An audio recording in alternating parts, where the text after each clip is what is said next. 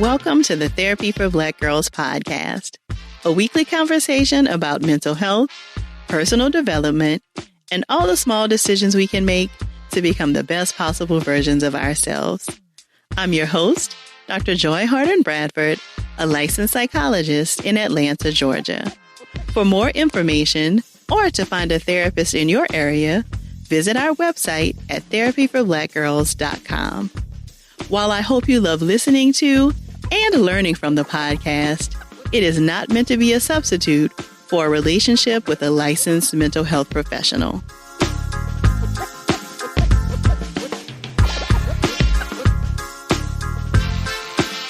Hey, y'all. Thanks so much for joining me for session 351 of the Therapy for Black Girls podcast. We'll get right into our conversation after a word from our sponsors.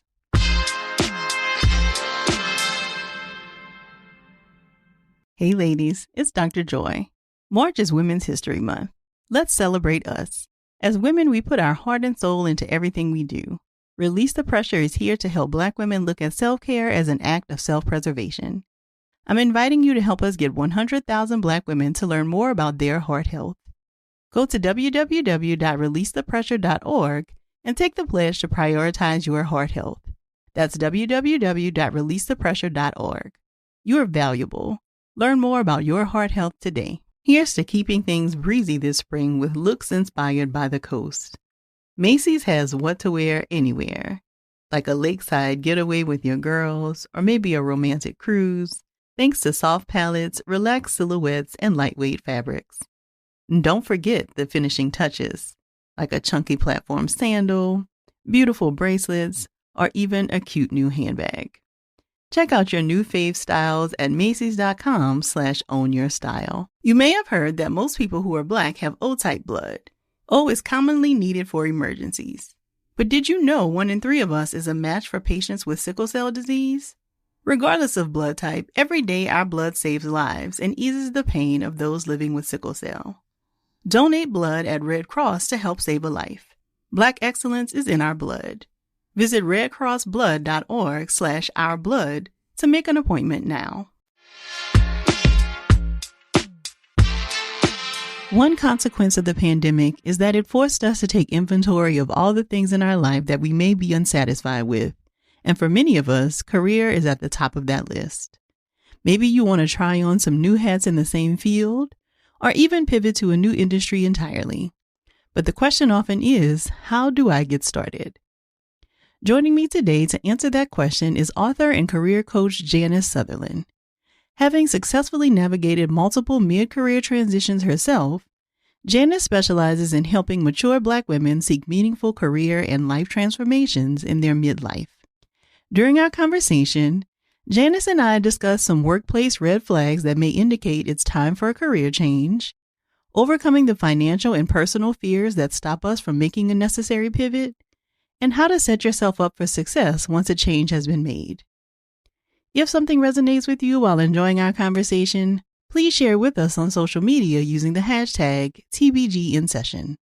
Or join us over in the Sister Circle to talk more about the episode. You can join us at community.therapyforblackgirls.com. Here's our conversation.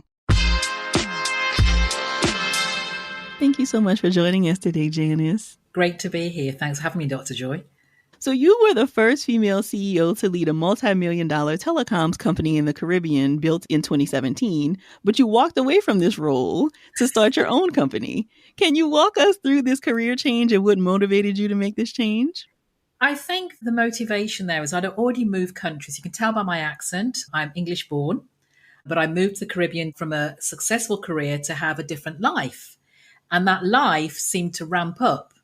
So I made the decision. I was then in my 50s, rapidly approaching my 60s now, and decided this wasn't the life I'd signed up for. So it was time to make a change. And if I don't do it, something else will. So is there anything that happened? Because it feels like, many of us have these like aha moments or like something happens and we're like, I need to make some changes or my values are not quite in alignment. Was there any specific thing that led to this thought?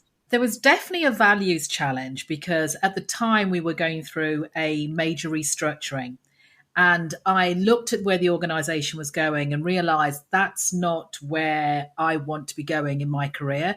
In fact, when I moved to the Caribbean, I had already decided that I'd reached the peak of my career. I didn't intend to be C suite. I never came to do this job. I came to have a step down. But I found myself being ramped up to do even more work. I then started experiencing my second, what I can recall as my second bout of burnout. And my body was telling me that this is not working for you. You need to do something.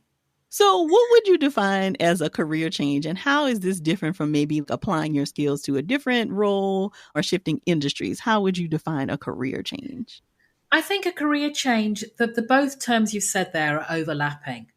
A career change is what defines for you. You could stay in the same industry and take a different role within that industry, or you could do a total career pivot, which is what most people think about. And they think about major career changes, particularly over a certain age. Definitely for a midlife career change, what you find is a lot of women utilizing the skill sets and knowledge that they've garnered over the years and applying that in a different way. So for me, I had a total career pivot. So moved from the corporate world, went into entrepreneurship, never been an entrepreneur before, but I knew what I wanted from my values, what I wanted out of life. I wasn't going to get it in the corporate world. So I had to define that and create that for myself. So, was your immediate thought, okay, this does not exist in this role, I have to create it for myself? Or did you just look around and see if there were other roles that you could apply for that would give you a better fit? The challenge I had at that particular point is I live on a small island. I live on an island of 100,000, about 100,000 people, and not in the UK. In the UK, what I've done, career changes, I've made moves. I've been able to change cities. I've been able to change industries. I've been able to get a job at a similar level to what I was doing or higher. At that time, I suppose, a big fish in a small pond. It was a very prestigious role. People knew in the supermarket. It came with a lot of cachet, for want of a better word, with the role. And I didn't want that. That's not what I wanted. I didn't want to be recognized anymore. I think I just wanted to be me without the additional pressure of having a whole network. We went through various situations, hurricanes. One of the core forms of communication for a country, that comes with additional pressure. So there's various things that kind of led me to think, well, this is time for a change for me. I enjoyed it. It was good, but I need to do something for me now. Got it. So you mentioned that you were kind of able to see the writing on the wall in terms of where your business was going before you left. But for other Yes. people, what might be some red flags or indications to them that it is time for a career change? We're talking about career change for maybe a mature woman. And the way things are going now is that we are living longer. So if you're a woman in her 40s, 50s, you probably have 15 to 20 more years of work life, theoretically, before you get to officially retire. So my question always is can you see yourself doing that particular role from the 15 to 20 years? And if the answer is no, then you've got time to do something about it. It could be in the situation that you're in an environment that's maybe toxic, that's just not working for you. You're not getting the elusive work-life balance. You're not getting the promotions that you believe you are capable of getting. You're dealing with microaggressions. There's a whole variety of things that could signal a change for you. And it's all unique for each of us, depending on our situation. Got it. Okay. So a lot of your work now does involve coaching women through these pivots and career Yes. changes. What would you say are some of the more common anxieties that often come up for them? It's easy to say fear, but fear comes in many guises. So it could be fear of failure, because if I make this change, suppose I don't get it right, suppose it's something different, suppose I don't have the skill set. It could be fear of losing what you've already accrued. From that, I mean like a sunk cost fallacy, where you've put so much effort into a particular type of career that you're thinking, I'm wasting that career if I don't do it. A lot of women will cite finance as a challenge. And whilst finance does play a role, it is not always the be all. And when you really dig down into what the challenges are about why they want to change, it is not finance. Because you also have to consider, okay, if you're in that role, what's your price? If it's making you feel the way you feel and you're uncomfortable, how much What is your walkaway price? How much does it keep you to stay? There could be pressures from family. I'm first generation immigrant. So for us, women of my age, sometimes we were the first to go to university. We were the first to have the proverbial big job. Are we letting people down? I often see women, I say to some women that sometimes we give our parents bragging rights because our parents probably sacrificed a lot to send us to university, to put us through school, and we feel like we're letting them down by doing that. And that's just a few. There's a lots more. And as I said, every woman is unique. Yeah. So I want to dig a little deeper into the sunken cost fallacy, right? Because I do think that that's one that comes up a lot, right? Like this idea that I spent a really long time building this career. Can I just let it all go now? And like, did I waste my time? Can you talk a little bit about how you might coach with someone around this concern? Well, it goes back to what I said about what's your price? What will it take to keep you where you are? What are you looking for out of your career? If it's making you miserable, is that a reason to really staying? So that's making you unhappy, could be even detrimental to your health. Because as we said, the body has a great way of giving us warning signs of when things are not quite going right or the way it should do in our careers. I would then consider, don't think of you starting over. Think for you're starting from experience because you have acquired a level of skill. You've acquired experiences, you've acquired knowledge that actually puts you in a great position to transfer some of those skills. So you could be looking at roles that, whilst are not directly the same as what you sunk all your money into, there could be skills, a lot of skills you take away from what you've learned that can apply into a different role. So we look at things like that. We take it away from the role. We also look at your values. Because again, what you wanted maybe in your 20s, your 30s, possibly your 40s, the money, the prestige, and everything that comes with the financial aspect, it could be that when you get to your 50s, you want something different. You want to take a slower pace. You want to enjoy what life is bringing to you. You want to enjoy the fruits of your labor, per se, over those years. So we also look at values and what your priorities are as well along with that. More from our conversation after the break.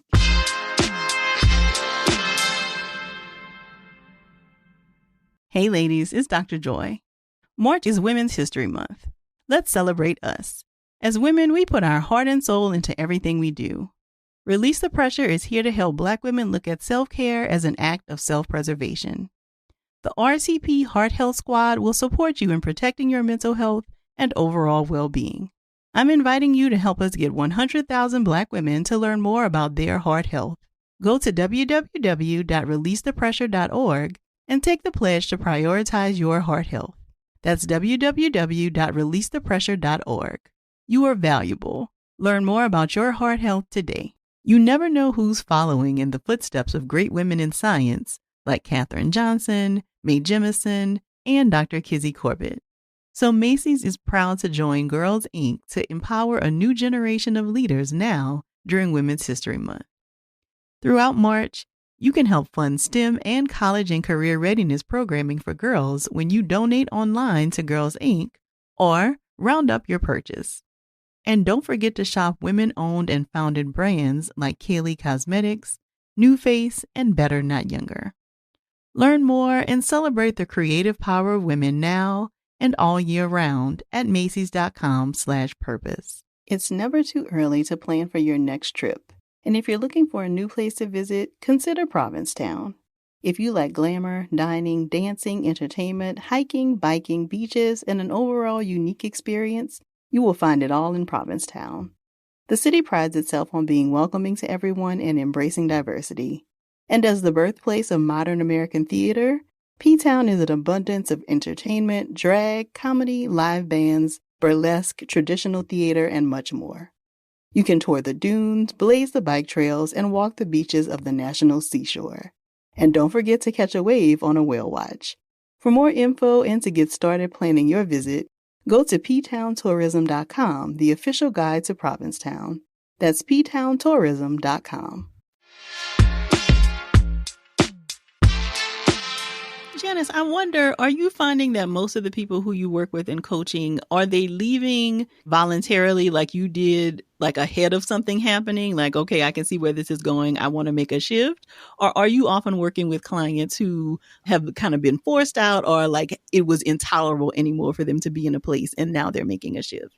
I would say 75% of the women I work with are planning. And that's what I help them do, is to create a plan, because it's far better to be in control of the process than feel like you've been thrust and forced into the process. So if you look at yourself and you're saying, a lot of women I work with in the 50s maybe say, well, I've had a very successful career. I know I'm good at what I do, but this isn't what I see myself doing for X amount of period. I know I may have children to put through college, but at the end of college, once they've gone to college, I don't have that responsibility per se. It's now time for me. How can I plan for that? So we set about working on a plan. It could be that they need to create maybe some sort of slush fund to enable them to do what they need to do. It could be that they start studying while they're working to support the next phase of their career, what that looks like. So it's all about creating that plan. The 25% who have been forced in a situation, that's a different conversation, because sometimes they're, for want of a better word, maybe traumatized by the experience. So it's really about them rebuilding the confidence and letting them know it wasn't about you. This situation wasn't about you. If an organization has to downsize, has to make that change, it's not personal. However, what can we take away from the situation you find yourself in right now?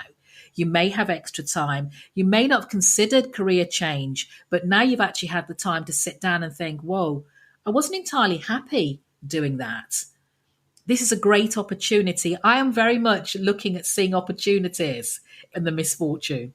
Mm-hmm. That feels consistent with what I think we heard from a lot of people in the midst of the pandemic, and even in the wake of all of these layoffs, is that the unexpected silver lining is that people have more time to kind of look at, like, hey, did I actually enjoy that? And might I want to do something different now? Absolutely. Yeah. So you mentioned this a little bit in one of your earlier answers around our relationships with our parents, and sometimes how their expectations can then maybe keep us in a career longer than we wanted to. But I'm curious if there are any other cultural or societal expectations that may play a role, particularly for Black women when they're considering a career change. Yes. I mean, I think we also, from a Black woman's perspective, we are seen as the women that have it under control. And we don't want to be seen as being out of control or indecisive if we're making this change, especially if we may have spent an awful lot of time creating this career. I know definitely for me, when I was making the change, when I was changing out of this last role from the CEO, I was asked if there was something wrong with me. Had I been forced out? Was I crazy to leave a good job? And persons couldn't recognize that it wasn't about the job. I was actually doing this for me. So culturally may get a little bit of side eye, because are they lying? Are they really? Are they being forced out? Are they being truthful about what they're doing? And sometimes I think persons, because they see the outside, they're on the outside looking in, and you look like you have this fantastic job. You had everything going for you. You've got the car, the house, the shoes, the clothes. That isn't satisfying what we're feeling inside, that, look, we're just not happy doing what we're doing. I don't need all that if I have a little peace of mind, if I can follow the passion I want to do. So sometimes it's negotiating, or should I say it's ignoring what the naysayers may do or may say about what you're doing, because this is your decision. Nobody else can live your life for you. It's down to you. So let's say you're working with a client who isn't ready for a complete career change, but they might be interested in maybe like shifting to another role in the same industry. What kinds of things might you work with them to do? Well, the first thing I'd say is that that's great. If you have found an organization that's a cultural fit for you, that you're comfortable with, fabulous. That's half the work. That's probably half the work done. What we'd start looking at again is, what are you looking at? What are you looking for? It's very similar to career change. What are you looking for in your next role? Where can you get it? Where can you get it in the organization that you currently are? Have you defined the role you want to do and what it looks like? Are there persons currently in the organization doing a role that you're aspiring to? Can you sit down with them? Because again, from the outside looking in, we think it's all rainbows and flowers, but in reality, maybe something different.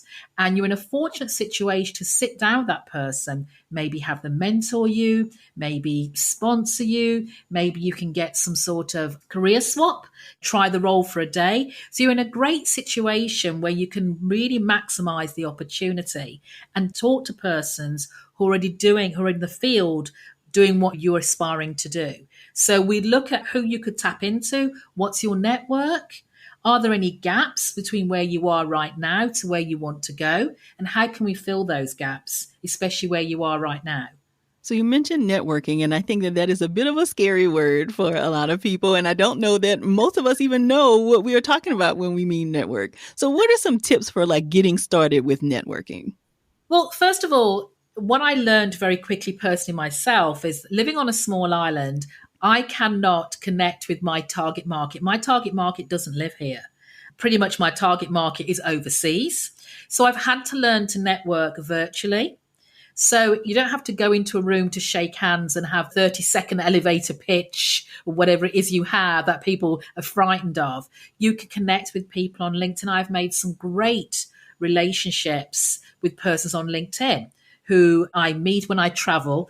I can go and meet them and they've come here and I've met them. So you can look at how maybe you can write pieces, you can write blog articles about a particular topic that you're interested in and put that on LinkedIn. So you can look at the virtual ways of connecting. If you have an opportunity to go to conferences, is there a way for you to basically set out who is it you'd like to meet? If you look at the attendees that are going to the conference, who is it you'd like to meet? Can you reach out to them before you go to have a connection? Say, let's have a coffee, or I'd like to have a quick chat, maybe about something you wrote. So it's about thinking outside the box when it comes to networking. It's not the traditional, I need to be in a power suit in a room, shaking sweaty palms. Got it. So you mentioned like writing blog posts and articles on LinkedIn as a way for, trying to maybe increase your network. Are there other tips and things that you found helpful in using LinkedIn that you can offer to the community? Yes, I attend LinkedIn Lives. If someone's doing a topic you're quite interested in, jump onto the LinkedIn Live, ask your questions, connect with other persons that maybe are similar questions to you or similar interests. When you're on LinkedIn, it's not just about putting the post, it's about interacting with the post. This is about creating connections. We look to have connections and followers. So if someone responds to your post that you've posted, you respond to them. If you see a post that you like, you can comment. You don't have to be connected to those individuals. So it's just basically using it to reach out to persons that you're interested in. Maybe there's persons in an organization that you'd like to connect, you'd like to know more about. You can ask people that work for that organization, what's it like to work there? Or how can I find out more about this? Again, without having to feel like you're obligated or under pressure to do that. So don't get frightened by the platform. Just use it. Just start using it. And if you haven't been very adept at using it, I would say set yourself a target, maybe 15 minutes a day, 15 minutes every other day, where you're going to interact with posts. If there's people in your feed that you may be connected, but the content they write or the content they post isn't for you, you can actually take them out of your feed without losing the connection. So there's various ways of making sure the feed or what you see is relevant to what you're looking at or what you're interested in. More from our conversation after the break.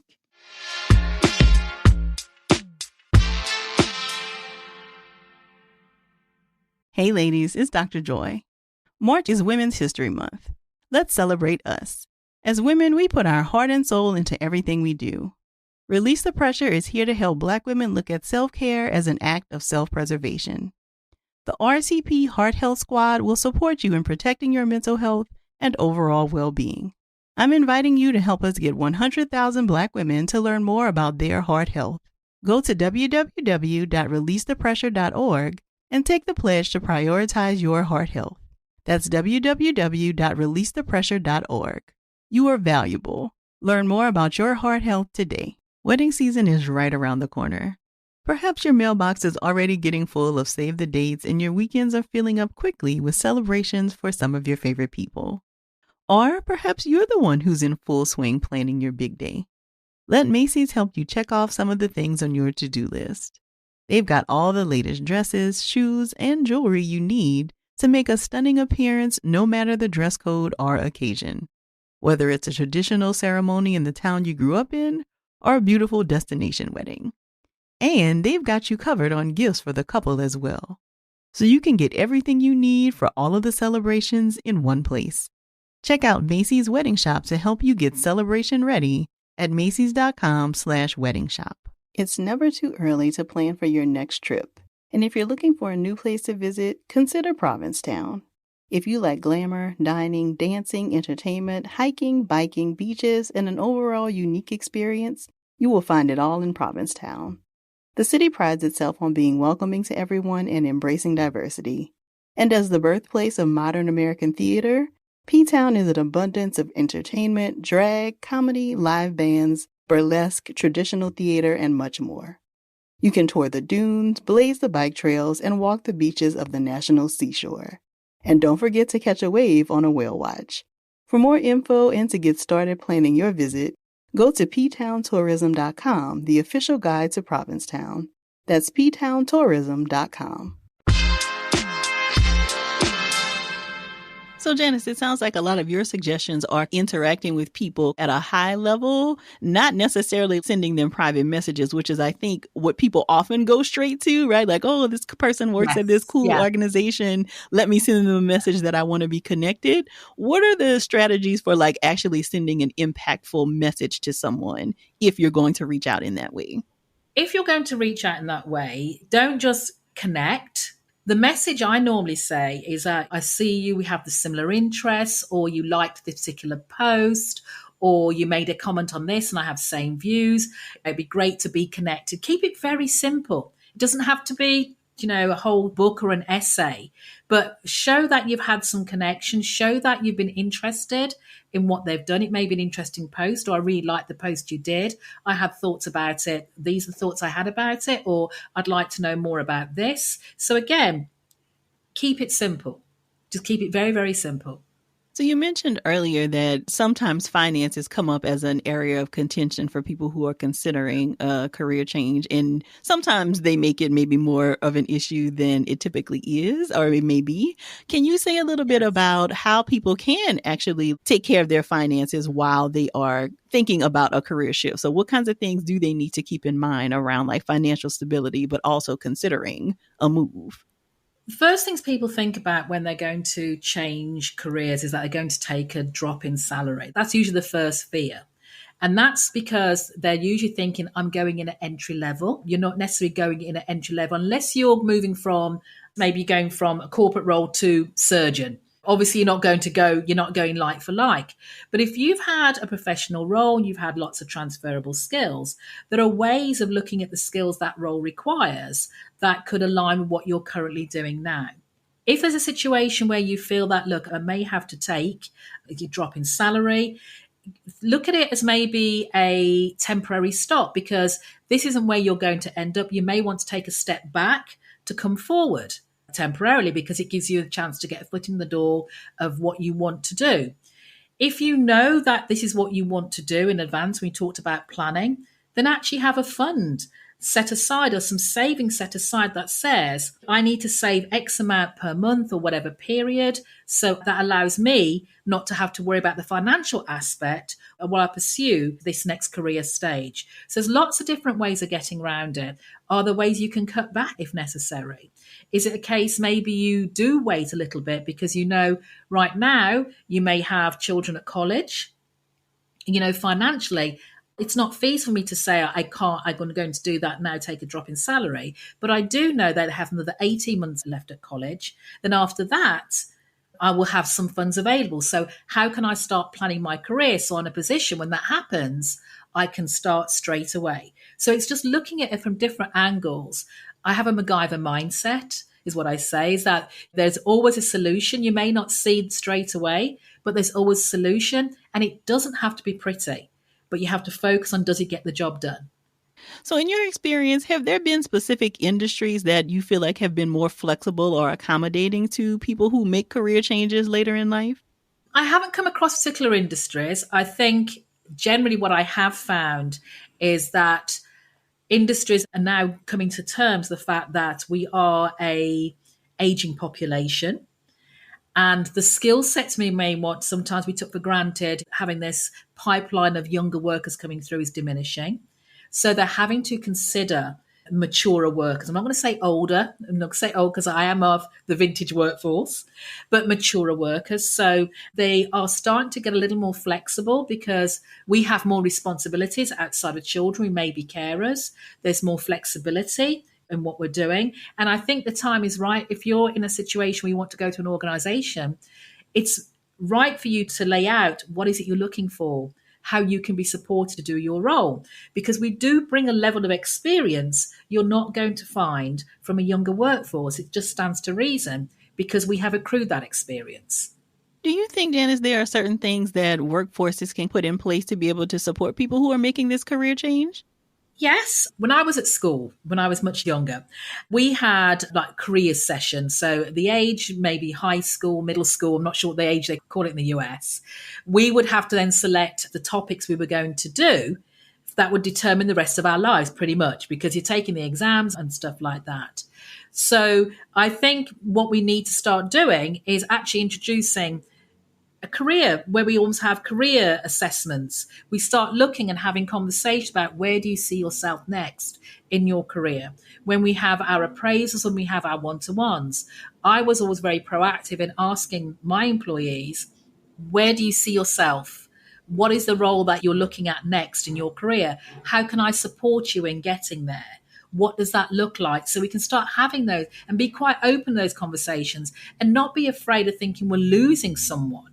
You know, someone's far happier. If you, as an employer, are having that conversation with your employee, that allows you to prepare for when that person eventually looks to move on.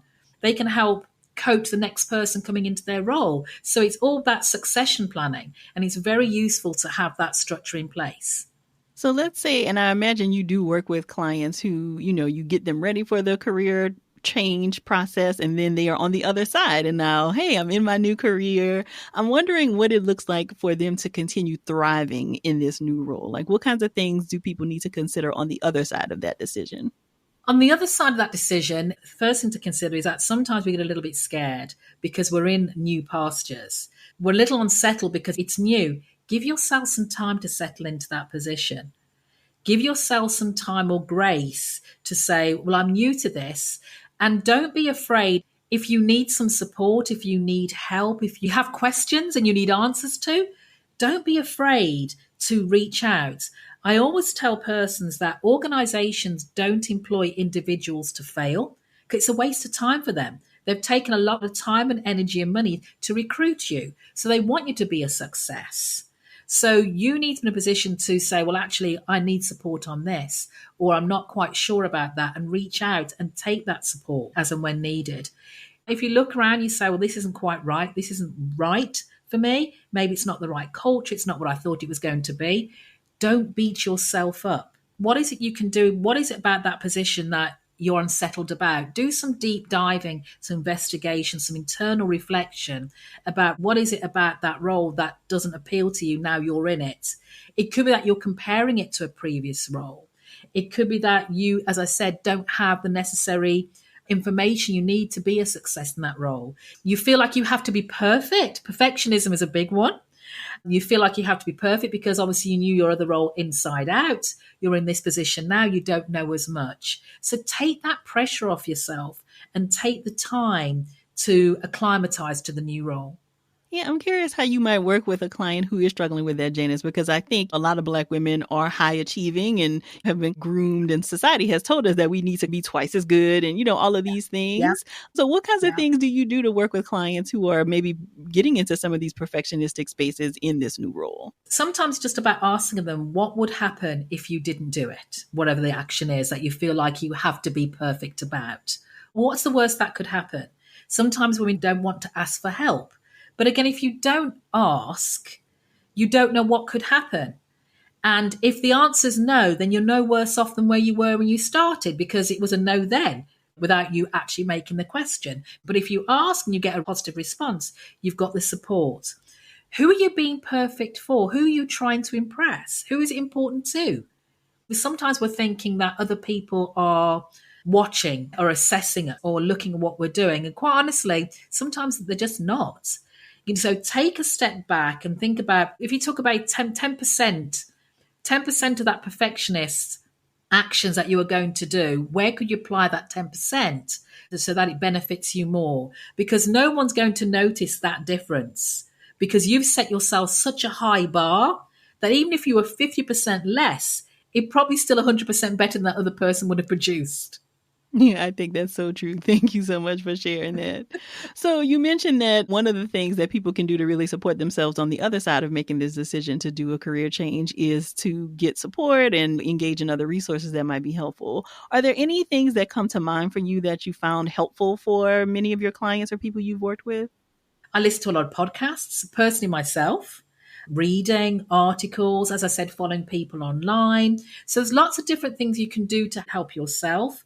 And I think talking to other women who have maybe done career changes themselves, who you've seen or you admire, and asking them, how did they do it? How did you do it? What did you do differently? What would you advise? What would your advice be? I sometimes tell women, you're not that special, in the nicest possible way. Because quite often we walk around with this me, myself, and I mentality, in that we imagine that nobody else is going through what we're going through. Nobody else could understand what we've been through. I'm all on my own. I have to keep it all in. And that then starts making things a lot more difficult, because you're holding it in and it's making you more frustrated. When in fact, if you tap the shoulder and the woman next to you or a couple of chairs down and say, look, I'm having this challenge, or I've experienced this, and say, oh yeah, I've been through that. This is what I did. So having that community, or tapping into women who've maybe been through a whole process before and not feeling that you're on your own, is the first thing to stop thinking, because it's not me, myself, and I. There's a plethora of women out there who have been where you have been and have been successful. There's also remembering that you didn't get to where you are now without being resilient, without having the strength to get where you are now. So it's also about tapping into that as well. Thank you so much for that, Janice. So as we wrap up, what closing advice would you give to somebody who is considering a career change, but maybe they're still on the fence? Talk to somebody about it, about allaying your fears and your concerns, because you need to understand what it is that's stopping you mentally from your mindset to help you overcome some of those fears you're feeling. And if you decide, I suppose it's harsh, but is this something you really see yourself doing for the next 10 to 15 years if you're feeling the way you're feeling? And I'd also say you don't need to be empowered when you already have the power. So sometimes women are waiting for someone to give them something to make them feel ready, but you already have it inside of you. You just need to be able to unleash it. And how can we tap into that, Janice? Because that's powerful. I think a lot of us sit in that space of feeling like we're waiting for somebody to give us the sign to go and make this decision. Yeah. So how can people tap into that? It's about looking back at how far you've come. Look at your journey. For me personally, I was a single divorced mother of two in my 20s. I had no idea I'd become a CEO of a multi-million-dollar company. That wasn't. But I did know that I was strong. I did know that I had a goal. I did know that what I'd achieved so far, if I'm strong enough to go through this whole process in life, there's a lot more going for me. So it's tapping into your resilience. You've faced adversity before, and tapping into your bounce back ability, because you've bounced back. It's about looking at where you have faced adversity and saying, okay, what are my learnings from that? It didn't keep me down. It gave me something. I learned something from it. And how can I apply that going forward? It's about having that inner self-belief. We're stronger than we think. And I know it's a cliched term, but the fact you're here now, doing what you're doing, where you are right now, has already proved that. Thank you so much for this, Janice. I know that the community will want to stay connected with you. So where can we find you online? What is your website, as well as any social media channels you'd like to share? Well, my website is janicesutherland.com. I keep it nice and simple. My podcast is This Woman Can on all podcast platforms. And as LinkedIn is my happy place, LinkedIn and Instagram, my happy places, you can follow me on I Am Janice Sutherland, or connect with me on LinkedIn as I Am Janice Sutherland. Keep it very, very simple. Perfect. We will be sure to include all of that in our show notes. Thank you so much for spending some time with us today, Janice. Thank you so much for having me. Great to speak to you, Dr. Joy. Thank you. I'm so glad Janice was able to share her expertise with us for this episode. To learn more about her and the work she's doing, be sure to visit the show notes at therapyforblackgirls.com/session351. And don't forget to text 2 of your girls right now and tell them to check out the episode. If you're looking for a therapist in your area, visit our therapist directory at therapyforblackgirls.com/directory. And if you want to continue digging into this topic or just be in community with other sisters, come on over and join us in the Sister Circle. It's our cozy corner of the internet designed just for Black women. You can join us at community.therapyforblackgirls.com. This episode was produced by Frida Lucas, Elise Ellis, and Zaria Taylor. Editing was done by Denison Bradford. Thank y'all so much for joining me again this week. I look forward to continuing this conversation with you all real soon. Take good care. Hey ladies, it's Dr. Joy. March is Women's History Month. Let's celebrate us. As women, we put our heart and soul into everything we do. Release the Pressure is here to help Black women look at self-care as an act of self-preservation. I'm inviting you to help us get 100,000 Black women to learn more about their heart health. Go to www.releasethepressure.org and take the pledge to prioritize your heart health. That's www.releasethepressure.org. You are valuable. Learn more about your heart health today. Welcome to 500 Greatest Songs, a podcast based on Rolling Stone's hugely popular, influential, and sometimes controversial list. I'm Brittany Spanos. And I'm Rob Sheffield. We're here to shed light on the greatest songs ever made and discover what makes them so great. From classics like Fleetwood Mac's Dreams to the Ronettes' Be My Baby, and modern-day classics like The Killers' Mr. Brightside. Listen to Rolling Stone's 500 Greatest Songs on the iHeartRadio app, Apple Podcasts, or wherever you get your podcasts. Hey debit card users, listen up. Discover has something especially for you. With Discover Cashback Debit, everyone can start earning cash back on everyday debit card purchases. You heard that right. Cash back on debit purchases, because cashback isn't just for credit cards. It's time you also get some love. Oh, and I should also mention that this has no fees. Period. Finally, the game-changing checking account you deserve. Check out transaction eligibility and terms at discover.com/cashbackdebit. Discover Bank, member FDIC.